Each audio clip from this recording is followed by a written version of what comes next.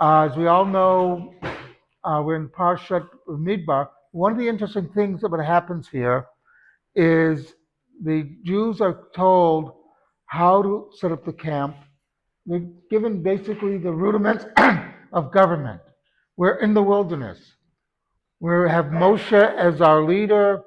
Um, Aaron is the Mashgiach, if you will, the spiritual, takes care of spiritual issues among the Jews.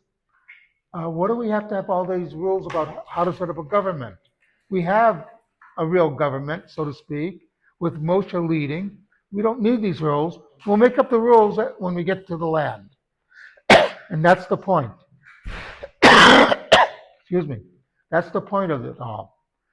The point is that no, it won't just happen. You have to have the rules laid down before you begin to set up a government. You have to know what type of government you're going to be setting up and how it will function, how society will function once you get to the land.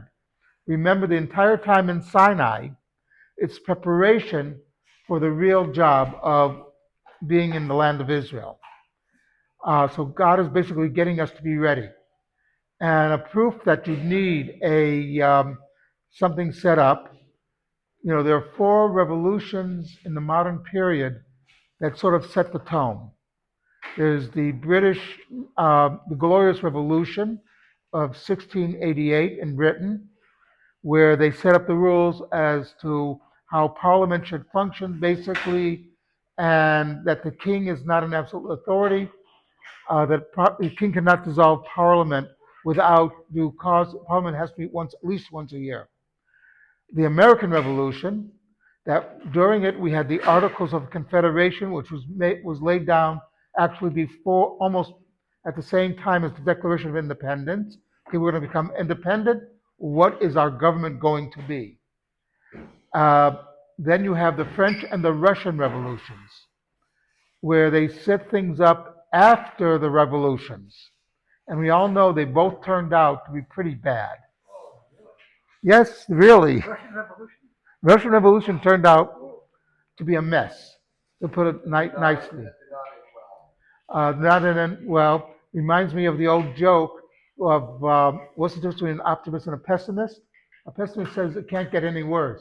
An optimist says, oh, yes, it can. Uh,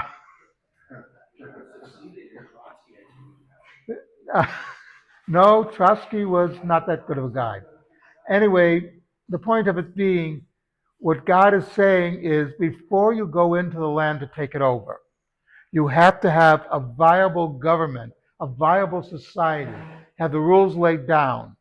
Don't leave it to chance because it just won't work. And that's something to think about. Kaddish Rabbanim.